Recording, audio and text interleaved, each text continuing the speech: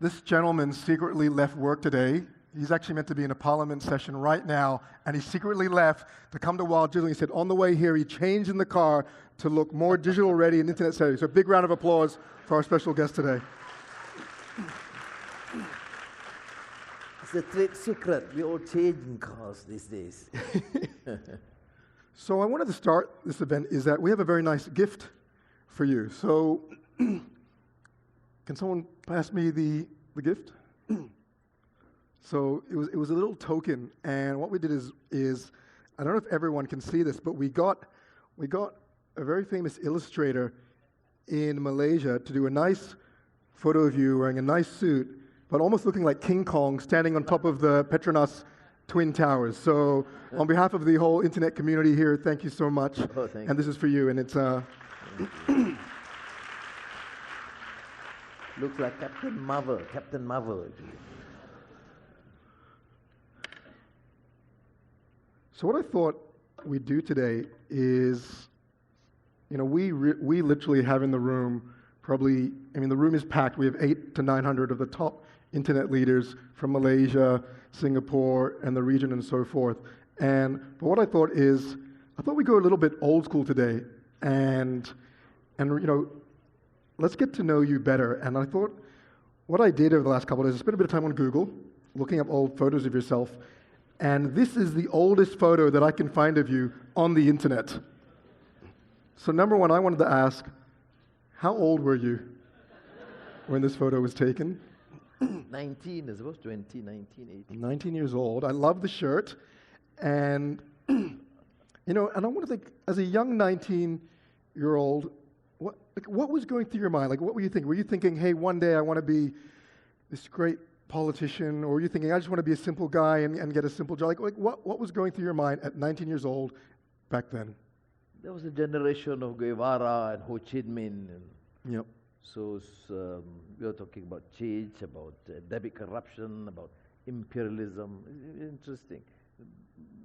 Local, very concerned about domestic issues, but very involved in some of the international issues, from apartheid to Vietnam. So I think that was my generation. So it seems that you were quite a big political activist back then. I know both your mother and your father were involved in politics, and I don't know how many of you guys realize, but Dato Seri is actually, how many times have you've been to jail 3 times now, and I've exceeded my quota. You've exceeded your quota. And I don't know if you realize, you actually went to, how old were you the first time you went to jail? 20, but that was 3 days. It was just short exposure, training, how I need to acquaint myself with this new environment. So they give me just 3 days. 3 days. And what was it like? What was jail like back then? Lockup. There was a police lockup. Yes, atrocious. Cockroaches and mosquitoes. Nice. Same as now? Extremely dirty. But it was, you believe in it when you were released. You were back to the campus, and there's a grand welcome. So you forget all the miseries and think about the struggle.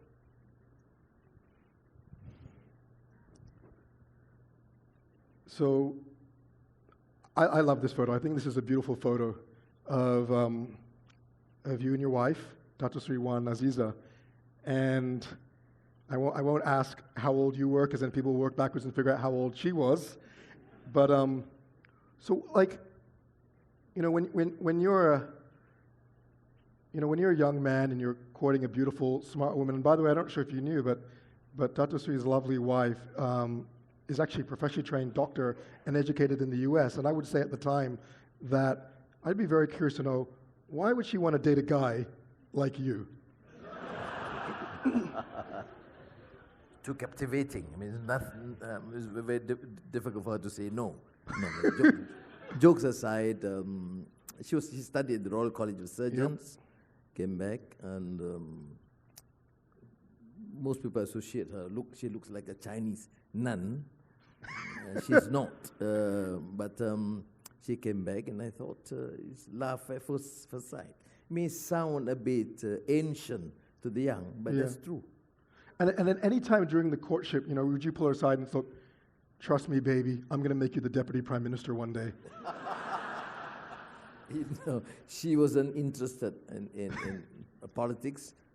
She was an ophthalmologist at the University Hospital, and there was a main interest, very concerned about eye diseases, and she looks fragile, but it's misleading because she does believe in principles, and she would, as you have seen in the last decades, she has proven her worth, and I'm very proud of her. And there's one major positive, right decision I made in my life.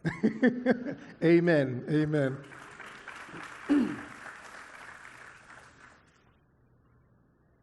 So, this is pretty funny. When I saw this photo of when you're on the cover of Time magazine, I actually thought this was the cover of Time magazine like last month, because if you read the copy, it actually says, Anwar and the Future of Asia, Malaysia's #2, the star of a rising generation, when will Mahathir give him a chance? But the funny thing is, this is actually the cover of Time magazine from 20 years ago. So I have two questions for you. One is, you look pretty good in the photo. Like, what was your fitness regime back then? I played tennis, actually. You played tennis, yeah. That's why I just boosted my right hand and hit the left hand, because normally a tennis player shows slightly larger, stronger right hand.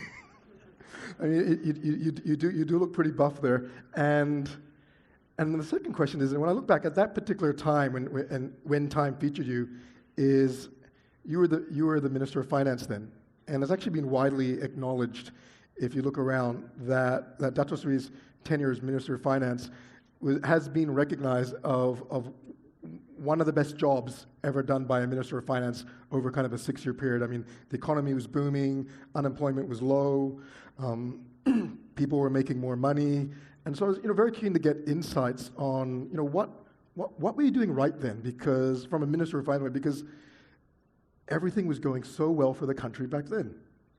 It's a team effort, and I think people do underestimate the importance of clear policies, clear focus, and the preparedness to undertake the necessary measures to affect change. And we were fortunate because the environment was conducive. East Asia was considered the East Asia economic miracle, not entirely true, but then it gives these samplings of all opportunities, avenues where we can affect change. But I think I must say that we were able to do that. Let me reiterate. Number one, clear policies. We want to make sure that Malaysia excel. And we will have to do whatever it takes to allow or to make Malaysia to be attractive for domestic and foreign direct investments. Change regulations, if need be, tax policies, and create a very conducive environment. I think that was essentially the reason. It's not just one Minister of Finance, the entire team, the public servants, the economists, the planners, and the private sector, which is quite pivotal.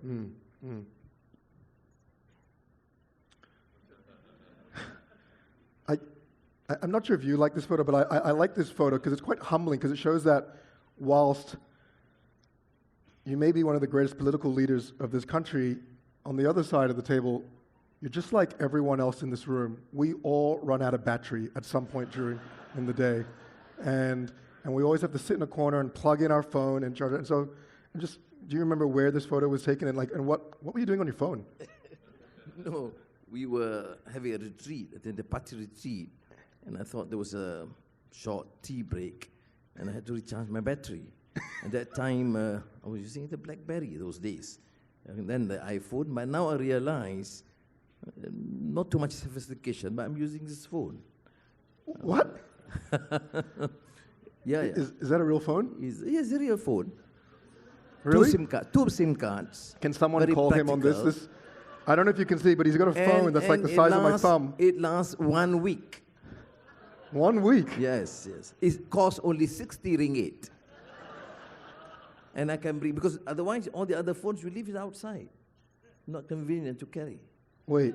So I'm not an agent for this phone anyway. Is that a real phone? It is, it is. Can you call him on that? I don't believe that's a phone. This is like the smallest thing I've ever seen. Let me call. So,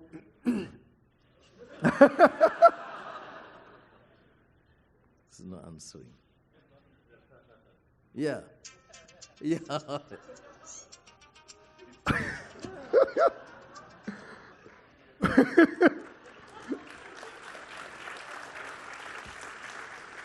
My humble apologies. Here, you're talking to the tech experts. And then suddenly you use this ancient primitive gadget. But I have to be real honest with you. This is convenient. You can just hide it somewhere, and then survive. So it's really small, and the battery lasts a week. If anyone in the room ever needs to go to jail, that is the phone you need to take with you.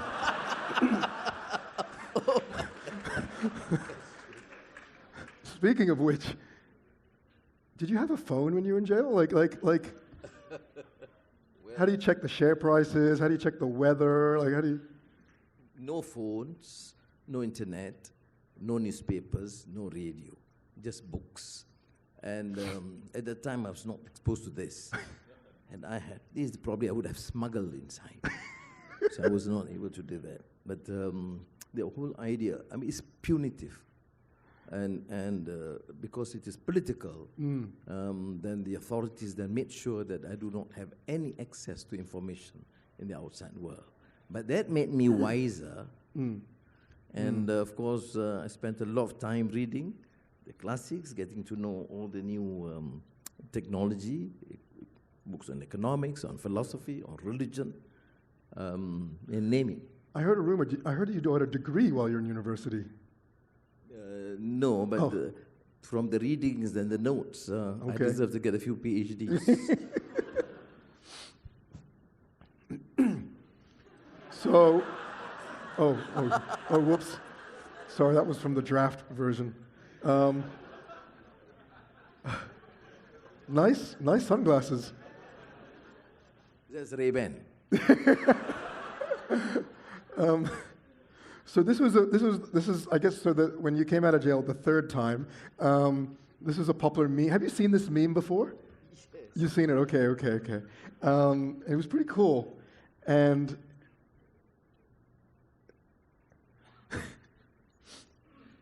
so back to the point about being in jail and having no information. 24 hours before this photo was taken, did you have any inkling that the next day you'd be coming out of jail with new Ray-Bans, new suit, and becoming the most popular meme in the country? No. There were rumors. Like what information were you getting sort of day of election and so on? And I was optimistic because 2013, we garnered 52% of the popular vote. Okay.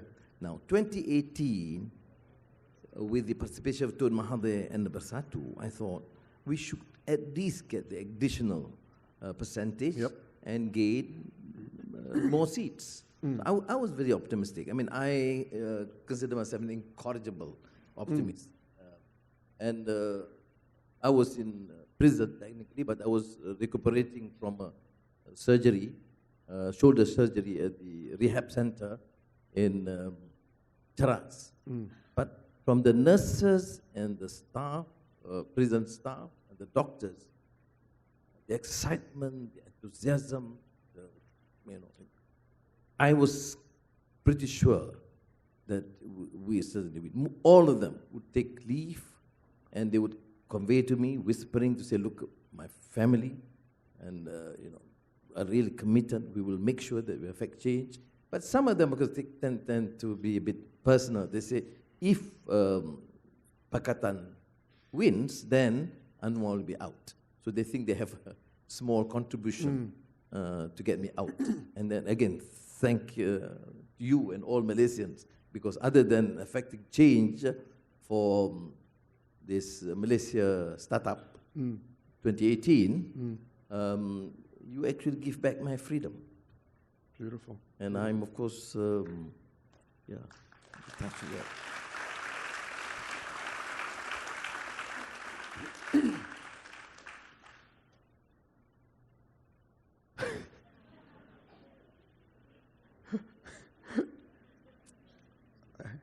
I think this might be the only photo in the world of two people whose job title is Prime Minister in waiting.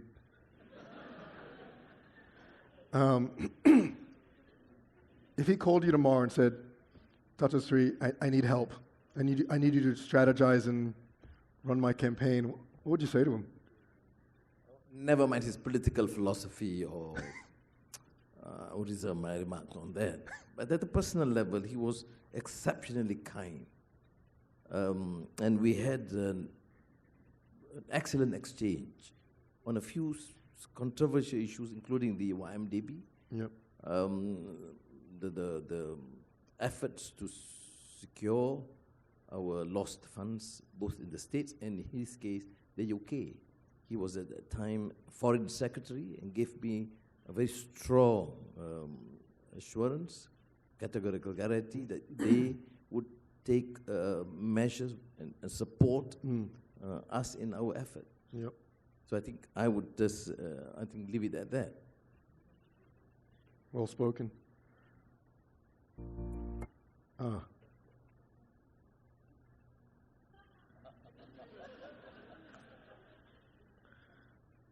Try that. So, it's a bit awkward for me to ask you, but there's been a video going around the country on the internet and on WhatsApp. Sure you want to ask me that? I'm not sure if you've seen this video. So I've got a video, if you don't mind me playing. Are you guys okay if we play a video?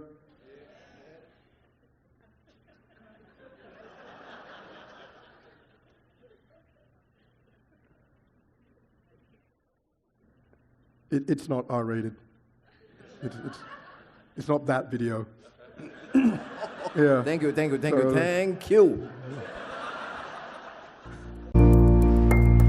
Okay, let's try it. Can you feel anything? It's hotter.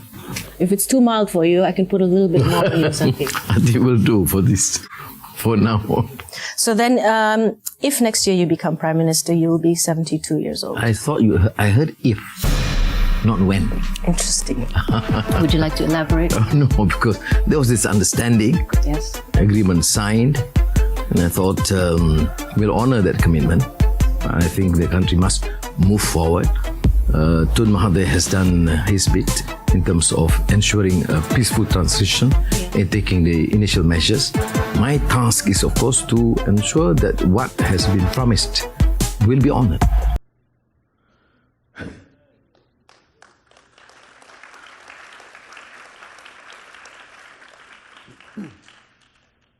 That video, of course I've seen. I think the tech team made a mistake. That's not the video I was thinking about. But so I think I only had one question, which I think I'm sure is on everyone's minds. How hot is the chili in the video? Well, it is really hot. I mean, I suffered immensely for at least 2 days afterwards. Really? Seriously, yes. And Aziza was a bit concerned. She said, you should have been honest with them. But I said, yes, but I wouldn't want to show that I'm weak in front of Maya Karim. So I had to endure, which is quite silly on my part. But then they say political leaders sometimes do very many silly things. I think Maya's here with more chili, so maybe. Yeah. So let's assume for 1 second that the agreement is honored. If you were Prime Minister tomorrow, If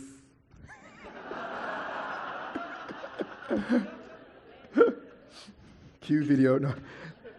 When you are Prime Minister, I think we're here. I think people in the room.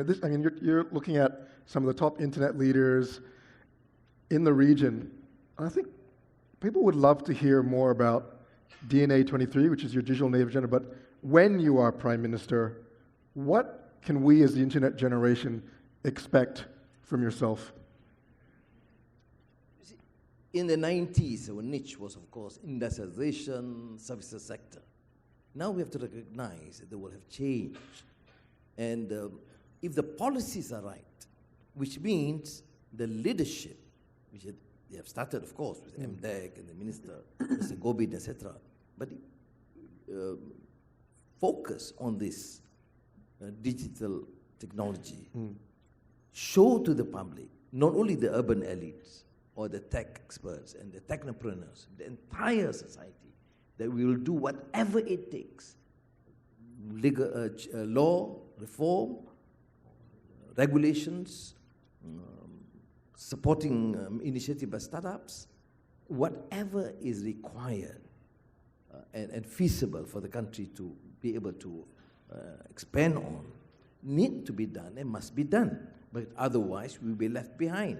We did it in a different environment scenario in the 90s, but now the imperative is, of course, digitalization. I'm fortunate because I had known very little about it, but then I do realize that there's urgency.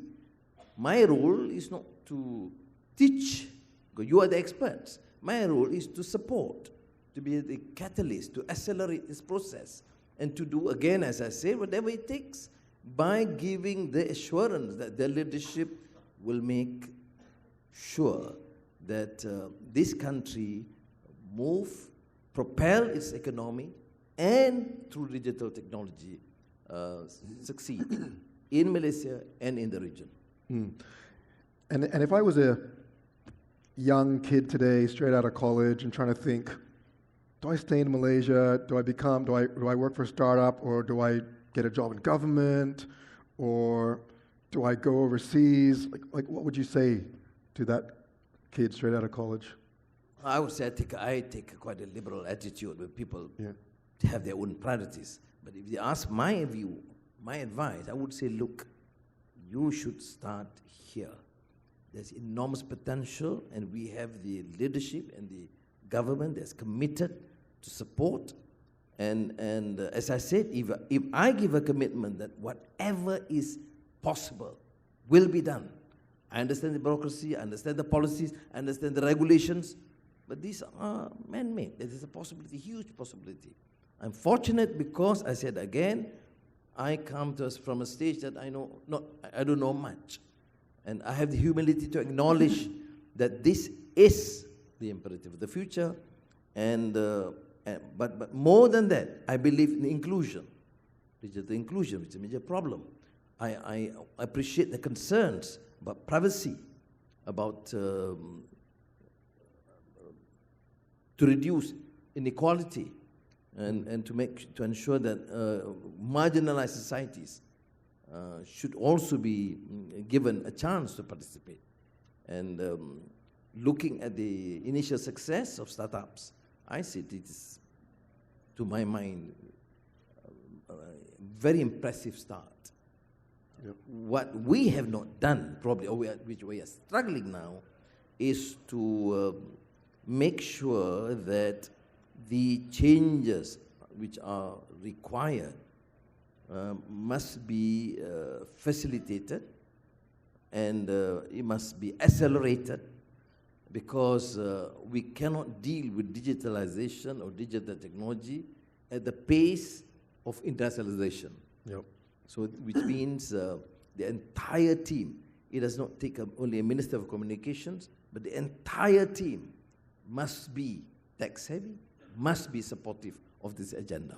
Yep, completely. Now, it's been interesting that in the last probably 3 years, Southeast Asia as a whole, there are probably 7 companies that have become unicorns. And I would say, with the exception of Grab, most of those unicorns have come from Indonesia and Singapore.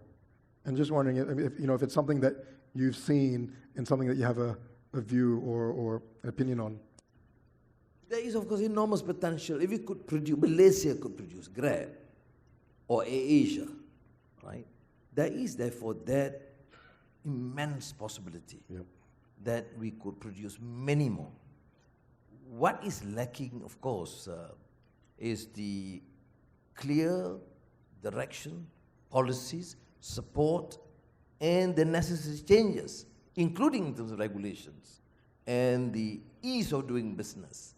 I have, of course, Patrick, you've been supportive of this idea of me having exchanges and listening to the tech experts and the startup companies, and I have learned immensely from them. That's why I say it's ours not to teach, but to listen to them. It's a different scenario from the past, and from after listening to them and seeing partly the response by MDEC, I realized that if this agenda, the digital technology for the country, is to work, then we will have to respond fast. Again, I say, create the atmosphere, an environment which we were able to do, given a different environment in the past. But I think if we, I'm not suggesting that this is not being done, but I feel that the spontaneity, the speed, the pace has got to be hastened, otherwise we'll be left behind. Yep. No, I agree. And I think speaking as an entrepreneur, I think one of the things that we always feel is that, look, if we're out there to build a great business, we should never ever rely or expect any help from the government. We just don't want the government to get in the way. So just make things easier, make registration easy, make just all the administrative stuff, just make it simple so that we can go out and build a great business. And it's good to know that you're supportive of that. No, precisely, that's my point. I'm not suggesting that we are in the position to give support or aid to all the startups, but we should facilitate. And we should know that the dealing with the digital technology and the startups is not like dealing with beginners or new companies in the past. So we need, even with new regulations, you have to facilitate the process. And I use the term ease of doing business, and giving a more transparent, open. You can't be talking about licensing and ministers controlling. You must allow for a broader base, a more transparent, and not to have too much control. We will have a problem because the logic and the thinking of political leaders, at least most of them, if not all, and public servants, is control, regulation. But this runs contrary to the whole philosophy of digital economy and digitalization, because it has to be open, transparent, and this is not new. When we embarked on the multimedia super corridor, at the period when everybody talked about censorship, we said you can't censor. Okay, but now we realize that talking about digital technology and focusing on infrastructure alone is not sufficient. We failed because we did not give enough focus on software development and working on the huge potential, the human resource potential that we have, which is quite unique in the region.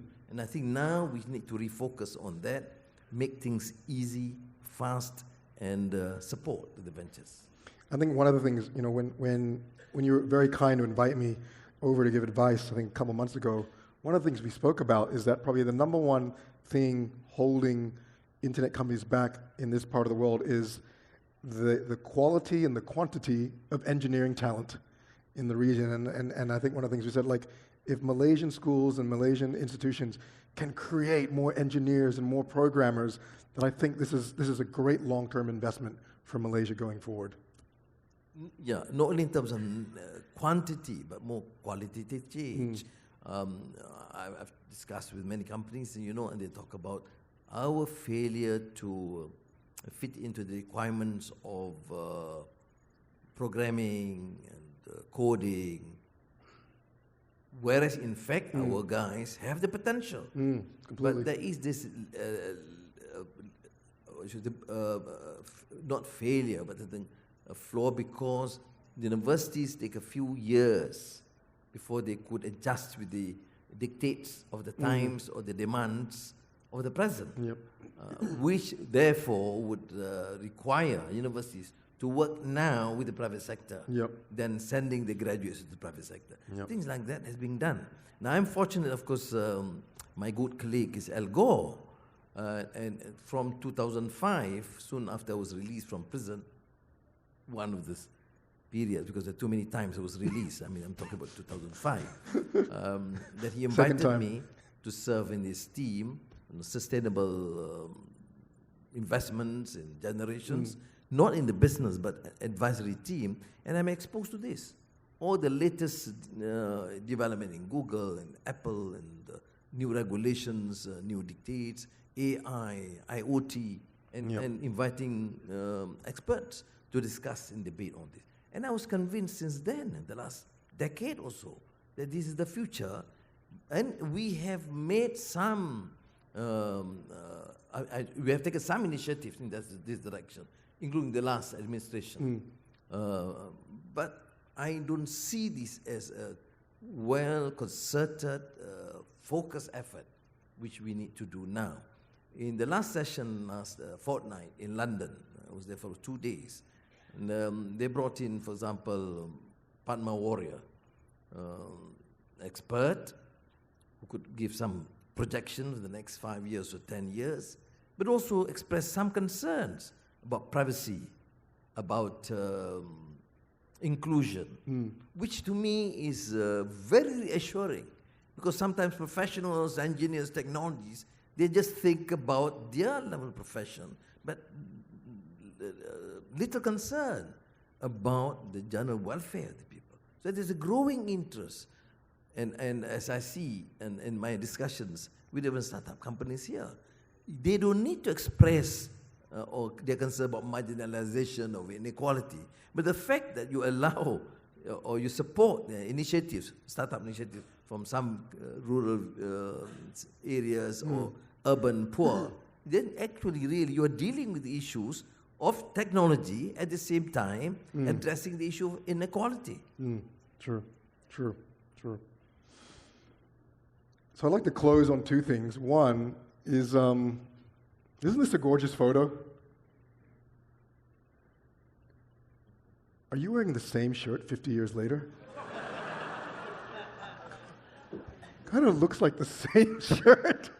No. Yes, it's a different size now.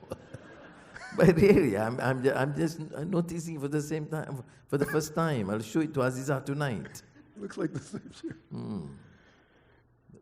It's quite cute, because you look back then, you look back now, and I don't think you probably never would have guessed that you would have ended up as probably the world's most politically accomplished +1. I'm not sure about that. One I know is after Mandela, I served the longest time in prison. But I'm not talking about accomplishment. I'm talking about prison sentence. So I was very, very fortunate to, Dato Seri invited me to a dinner with a few others and his lovely wife, and I was actually really, really lucky to sit next to Dato Seri Wan Aziza, and I didn't realize this. She is really obsessed with Instagram. I don't know if you had noticed that. Yes. Yeah, she does. And she does monitor personally too. Although I think our understanding is that when we get home, we spend 15, 20 minutes, that's it. And because we have too many politicians at home, our general rule is that at home, just family, just relax, happy, and leave politics outside the gate. Completely. And I was then really, really touched when I think she only follows 55 people. She follows you and a few others. And then she added me.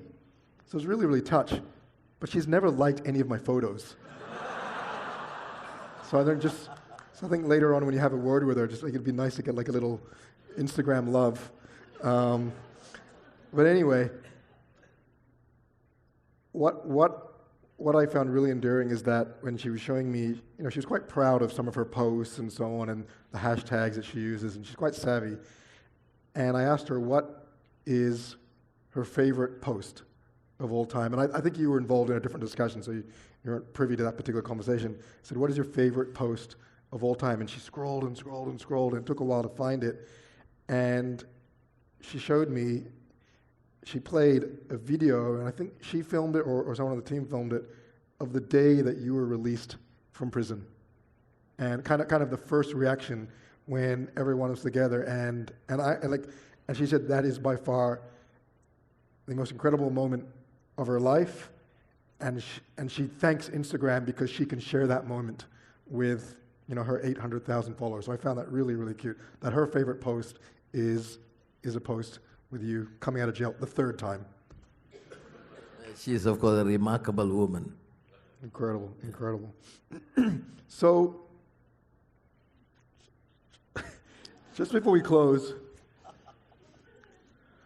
when we were doing research on photos of you, I noticed a trend. Half of the photos of you were memes or random things, but exactly 50% of the photos of you on the internet have a common theme. And this is the common theme. Here's photo 1. Photo 2. Photo 3. Photo 4. Is that your mini bat phone they use? Photo 5. And I think what's photo 6. I think that's the last one. Photo 7. What are you doing on the phone so much? Are you on Instagram as well? Yeah, I am. But the issue is some of the sessions, for example, in Parliament. That's Parliament. This is Parliament. I think and then listening some of the remarks. It is better that I engage in the